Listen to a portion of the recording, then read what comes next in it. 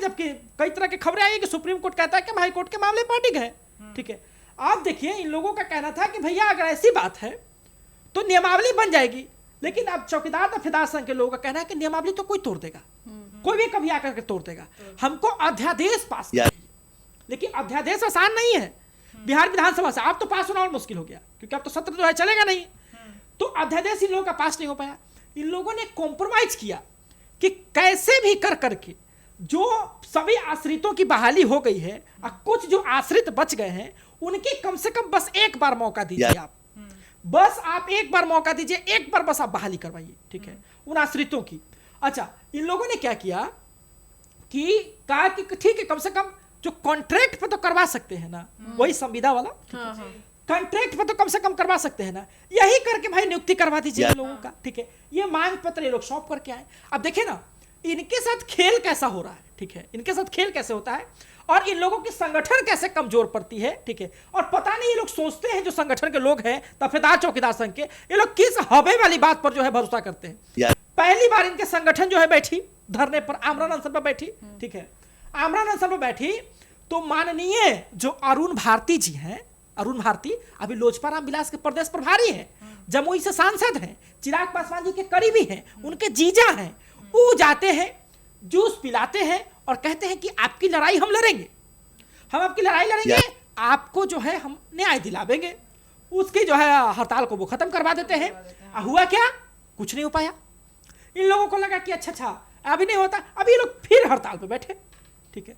फिर जो लोग आमरण अनशन में बैठे तब विपक्ष के भी कई नेता गए, सत्यदेव राम जी गए, माले से विधायक हैं, उन्होंने जाकर के कहा कि आप इंतजार कीजिए, जनवरी आने दीजिए, जब महागठबंधन की सरकार बनेगी तो हम आपको जो है न्याय दिलावेंगे।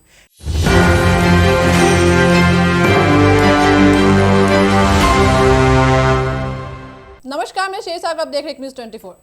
चुप है चिराग, नहीं सुन रही सरकार, क्या दफेदार चौकीदार को मिलेगा चुनाव से पहले न्याय? क्या आचार संहिता के पहले आएगा कोई विज्ञापन, या फिर बार बार की तरह इस बार भी ठगे गए?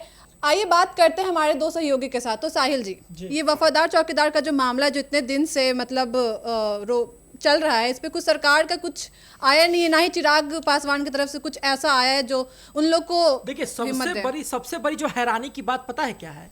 सबसे बड़ी हैरानी की बात कि माननीय जो केंद्रीय मंत्री है चिराग पासवान जी, चिराग पासवान जी कहते थे कि हम आपकी लड़ाई को सड़क से लेकर के सदन तक हम पहुंचाएंगे आपकी लड़ाई को, ठीक है। दफादार चौकीदार का मामला कोई नया नहीं है, बहुत पुराना मामला है और बहुत पुराने मामले में चल रहा है। चिराग जी ने कहा था आपकी लड़ाई को मैं सड़क से सदन तक पहुंचाऊंगा। चिराग जी खुद उच्च सदन तक पहुंच गए, केंद्र में मंत्री बन गए, पूरे भारत सरकार के एक विभाग के वो मंत्री हैं, ठीक है। लेकिन आप जब चिराग जी मंच साझा करते हैं वहां दफेदार चौकीदार का नाम नहीं लेते हैं, नोटिफिकेशन उनका आएगा कि नहीं आएगा उसका नाम नहीं लेते, ठीक है। इन लोगों के साथ क्या होगा उसका नाम नहीं लेते हैं, क्या आश्रित ऐसे ही रह जाएंगे कि फिर दोबारा बहाली होगा उसका नाम नहीं लेते हैं। तो सबसे बड़ी बात तो चिराग पासवान जी को लेकर के है। दूसरी बात क्या है कि जो दफेदार चौकीदार संघ के लोग हैं, ठीक है, उन्होंने जो है कॉम्प्रोमाइज किया, लेकिन अब उनके साथ कोई कॉम्प्रोमाइज करने को तैयार नहीं।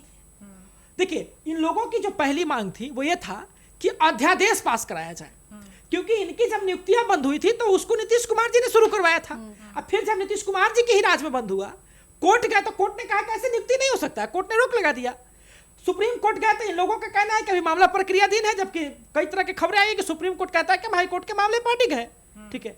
आप देखिए इन लोगों का कहना था कि भैया अगर ऐसी बात है तो नियमावली बन जाएगी, लेकिन अब चौकीदार दफेदार संघ के लोगों का कहना है कि नियमावली तो कोई तोड़ देगा, कोई भी कभी आकर के तोड़ देगा, हमको अध्यादेश पास करवाइए।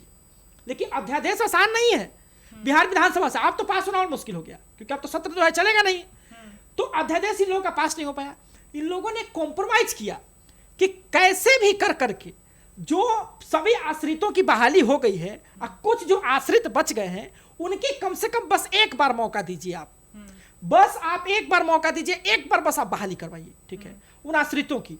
अच्छा, इन लोगों ने क्या किया कि कहा कि ठीक है, कम से कम जो कॉन्ट्रैक्ट पे तो करवा सकते हैं ना, वही संविदा वाला कॉन्ट्रैक्ट पे तो कम से कम करवा सकते हैं ना, यही करके भाई नियुक्ति करवा दीजिए इन लोगों का, ठीक है। ये मांग पत्र ये लोग सौंप करके आए। अब देखिए ना इनके साथ खेल कैसा हो रहा है, ठीक है, इनके साथ खेल कैसे होता है और इन लोगों की संगठन कैसे कमजोर पड़ती है, ठीक है। और पता नहीं ये लोग सोचते हैं, जो संगठन के लोग हैं दफेदार चौकीदार संघ के, ये लोग किस हवे वाली बात पर जो है भरोसा करते हैं। पहली बार इनके संगठन जो है बैठी धरने पर, आमरण अनशन पर बैठी, ठीक है। आमरण अनशन पर बैठी तो माननीय जो अरुण भारती जी हैं, अरुण भारती अभी लोजपा राम विलास के प्रदेश प्रभारी हैं, जमुई से सांसद हैं, चिराग पासवान जी के करीबी हैं, उनके जीजा हैं। वो जाते हैं, जूस पिलाते हैं और कहते हैं कि आपकी लड़ाई हम लड़ेंगे, हम आपकी लड़ाई लड़ेंगे, आपको जो है हम न्याय दिलावेंगे। उसकी जो है हड़ताल को वो खत्म करवा देते हैं। हुआ क्या? कुछ नहीं हो पाया। इन लोगों को लगा कि अच्छा अभी नहीं होता, अभी ये लोग फिर हड़ताल पे बैठे, ठीक है। फिर जो लोग आमरण अनशन में बैठे तब विपक्ष के भी कई नेता गए, सत्यदेव राम जी गए, माली से विधायक हैं, उन्होंने जाकर के कहा कि आप इंतजार कीजिए, जनवरी आने दीजिए, जब महागठबंधन की सरकार बनेगी तो हम आपको जो है न्याय दिलावेंगे। लेकिन बस उसी दिन पहुंचते हैं भाजपा के माननीय विधायक लखिंदर पासवान और कहते हैं कि लीजिए ये जूस पीजिए, ये जूस पी करके आप जो है अपना आमरण अनशन को तोड़ दीजिए, ठीक है। हम आपको आश्वासन देते हैं, आपकी बात को आगे पहुंचाएंगे। ये लोग जो है अपने अनशन को तोड़ देते हैं। अब तोड़ने के बाद जब बात आती है कि सम्राट चौधरी जी से बात हो रही है, उप मुख्यमंत्री बिहार सरकार के वित्त विभाग के मंत्री हैं, मुख्यमंत्री जी से बात हो रही है, गृह विभाग उन्हीं के पास है, बिहार के मुखिया है, ठीक है। और गृह विभाग के अंदर ही ये मामला आता है। तो कहा गया कि वित्त विभाग गृह विभाग का मामला चल रहा है, वार्ता चल रही, और ये वार्ता चलते जा रही थी। अब कहा क्या जा रहा है, तो सूत्रों के हवाले से खबरें निकल करके आई है कि 16 सितंबर से फिर ये लोग पटना की सड़कों पर उतरेंगे। तो फिर तो आपके आमरण अनशन को खत्म करने का कोई मतलब ही नहीं बना। सही बात है। आप लोगों को क्या कोई लिखित आश्वासन मिला? क्या मौखिक मिला? बढ़िया बात है भाई, लखिंदर पासवान अच्छे विधायक हैं, लखिंदर पासवान ने पासवान समाज के लिए बहुत कुछ किया है, ठीक है। तो क्या जो है लखिंदर पासवान के बाद जब आप आश्वासन तोड़ दिए, जब अरुण भारती कहे तो आप आश्वासन तोड़ दिए, फिर बैठे लखिंदर पासवान कहे तो आश्वासन तोड़ दिए, ठीक है। आश्वासन दिए तो आप आमरण अनशन तोड़ दिए। तो बात ऐसा है कि बार बार कोई आप बैठिएगा, कोई आएगा आपका अनशन तोड़वा देगा, बैठिएगा आएगा कोई अनशन तोड़वा देगा, अब फिर आप सड़क पे उतरिएगा, ले इसका तो कोई वैल्यू ही नहीं है। अब तो उनके अनशन का कोई वैल्यू ही नहीं है, मतलब कोई भी आएगा ही नहीं बना। दूसरी बात क्या है कि अब जो लोग हैं वो संगठन पे सवाल खड़े कर रहे हैं। सही बात। संगठन को ही कहते हैं कि संगठन ही जो है मतलब कैसा है, हम लोग का संगठन मजबूत नहीं है। यहां तक कि मैं स्पष्ट तरीके से कह सकता हूं कि इनके जो संगठन है उस पर कई तरह के आरोप लगे, ठीक है। संगठन के कमजोर होने का आरोप लगा, संगठन के पैसे खाने का आरोप लगे, ठीक है, नेताओं पे आरोप लगा। हो भी क्यों ना असंतोष जो लोग जो है संगठन में हैं, जो लोग मतलब कि ये लोग कैसे बैठते हैं, चंदा कर करके ना बैठते हैं, ये लोग अपनी मांग के लिए लड़ाई लड़ते हैं, सड़कों पर उतरते हैं। इनके नेताओं ने भी बहुत संघर्ष किया भैया, आमरण अनशन पर बैठना, सड़कों पर उतरना, इनके नेताओं ने भी बहुत संघर्ष किया। लेकिन बात ऐसा है कि क्या ठग लिए गए? हम तो यही कहेंगे स्पष्ट तरीके से, ये लोग कह रहे हैं कि भाई हम 16 सितंबर से सड़कों पर उतरेंगे। तो भैया आपके अनशन तोड़ने का मतलब क्या बना? कोई मतलब ऐसा तो उनको कोई फिर उनके बात का कौन करता है? आंदोलन कौन करता है जिनकी मांग सुनी नहीं जाती है? यानी कि आप फिर समझ गए कि आपको जो अनशन, आपका जो आश्वासन आपको दिया गया था वो आपकी बात नहीं मानी गई, यही नहीं इसकी बात हो गई, या तो आप अपना शक्ति प्रदर्शन करना चाह रहे होंगे। तो अब स्पष्ट तरीके से एक जो है स्पष्ट जो बातें निकल करके आई है कि आचार संहिता बहुत जल्द लग सकता है, ठीक है। और नियुक्ति नहीं तो कम से कम विज्ञापन तो लाइए, एक नोटिफिकेशन तो लाइए कि हाँ आपकी नियुक्तियां जो है शुरू हो सकती है, ताकि कम से कम हम लोगों को धैर्य रहे, ठीक है, आपको हम वोट कर पाए। नहीं तो फिर आपके अधिकार क्षेत्र में है, आप किस सरकार को चुनिएगा, कौन आपकी मांगों को पूरी करेगी? सभी लोगों को इस बात का अधिकार है कि जो जिसकी मांग को पूरे करेगा वो उसको चुनेगा। अच्छा, आपको नहीं लगता कि जैसे उनका बार बार अनशन टूट जाता है, किसी के भी कहने से, किसी के आश्वासन देने से, तो उनको कोई फिर उनका बात सुनेगा ही नहीं, कोई उनको लेगा ही नहीं उनके बात? ये बात हमारे सहयोगी बताएंगी।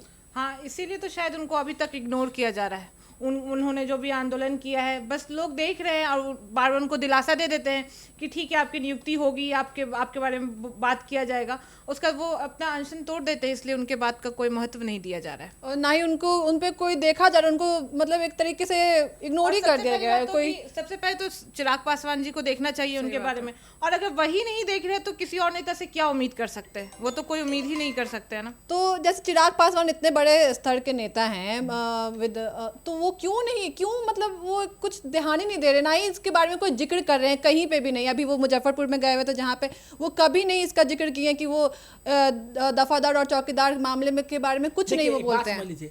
लोग कहते हैं चिराग पासवान क्या करे, चिराग पासवान भारत के 100 इम्पैक्टफुल पीपल्स यानी कि 100 प्रभावशाली लोगों में से एक हैं। 61वां या 62वां नंबर पर शायद ये जो है आते हैं। तो चिराग पासवान क्या नहीं कर सकते? चिराग पासवान कम से कम आप आवाज तो उठाते। देखिए ना, ये लोग जो है ना, ये जो दफेदार चौकीदार संघ के जो लोग हैं, इन लोगों का भी दिक्कत क्या है कि इन लोगों को पता ही नहीं चलता कि लोग हैं किधर से। ठीक है जी। महागठबंधन इनके समर्थन देने के लिए आती है, दो नाव पे पैर रख के चलते हैं, के जय जयकार के नारे लगाते हैं। कभी चिराग जी के पास जाते हैं, खूब चिराग जी के जय जयकार के नारे लगाते हैं। कभी पारस जी के पास जाते हैं, खूब जय जयकार के नारे लगाते हैं। कभी जो है मतलब कि कभी इसके पास कभी इसके पास। क्या मतलब बना इसका? ठीक है ना, तो ये लोग एक फोकस में है। ठीक है ना, ही तो कोई नेता इन पे फोकस कर रहा है। अब इनका संगठन भी जो है अब इस बात को तय नहीं कर पा रहा है कि अब करे तो करे क्या हम। ठीक है, आश्वासन मिला तो मौखिक मिला। ठीक है, नोटिफिकेशन आ जाए तो बहुत अच्छी बात है, नहीं तो यही समझ लिया जाएगा कि लोग ठग लिए गए। नेता तो खैर किसी चीज पे ध्यान ही नहीं दे रहे। कोई भी आंदोलन हो रहा है, चाहे वो चौकीदार दफादार का हो, चाहे वो संविदा कर्मियों वाला हो, वो किसी चीज पे ध्यान नहीं दे रहे। पर कम से कम इन लोगों को अच्छे तरीके से एक आंदोलन करना चाहिए ताकि सरकार इस चीज पे ध्यान दे। सरकार मजबूर हो जाए कि इनके ऊपर बात करना हो, कम से कम और कोई नहीं तो चिराग पासवान जी को। इसका मतलब तो यही हुआ कि वो अपना काम निकाल लिए। सबसे बड़ा नुकसान भी चिराग पासवान जी को ही होगा, क्योंकि एक बात समझ लीजिए कि जब दफेदार चौकीदार की नियुक्ति होती है तब पिछड़ी जातियों को जो है महत्ता दी जाती है, उसमें से पासवान जाति भी आती है। और यदि नहीं हो पाया तो उसमें चिराग पासवान के वोट तो कटेंगे, है ना, वोट तो कटेंगे। लेकिन चिराग जी तो ये सोच रहे हैं कि हम तो जातिवाद की राजनीति में है नहीं। हम तो अब इस चीज से उनका तो यही चुके हैं। ठीक है, तो ये भी एक बड़ा कारण हो सकता है। पर ऐसा नहीं होता ना कि आप आके बोल रहे कि जातिवाद का हम नहीं कर रहे, तो ऐसा नहीं होता। आपके जातिवाद का बहुत इम्पैक्ट पड़ेगा आपके चुनाव पे, आपके चुनाव रिजल्ट पे। जातिवाद पे आप मत करिए चुनाव पर, कम से कम जो भी आपके जाति से आ रहे हैं उनके बारे में आपको सोचना तो जरूरी है, कहीं बोलना तो जरूरी है। अगर कोई भी अपने जाति वाले को वोट देता है, वो इसीलिए देता है कम से कम किसी और का बात नहीं सुने, तो वो मेरी बात जरूर सोचेंगे। बिहार में जातिवाद की राजनीति तो नहीं होनी चाहिए, लेकिन एक आस्था नेता से एक आशा, ठीक है, कि भाई हमें जो है न्याय दिलावेंगे। अब देखना मतलब दिलचस्प होगा, क्योंकि नहीं मिला तो फिर कि ये लोग किसका समर्थन करेंगे, ये इनके अधिकार क्षेत्र में होगा। तो आपने सुना हमारे दो सहयोगों को चौकीदार दफादार के मामले पर ये देखना आगे दिलचस्प होगा कि क्या चिराग पासवान इसको लेके कुछ भी बोलते हैं या इनकी तरफ ध्यान देते हैं, ये तो आने वाला वक्त ही बताएगा। ऐसे तमाम खबरों के लिए जुड़े न्यूज़ 24 के साथ दीजिएगा इजाजत। धन्यवाद।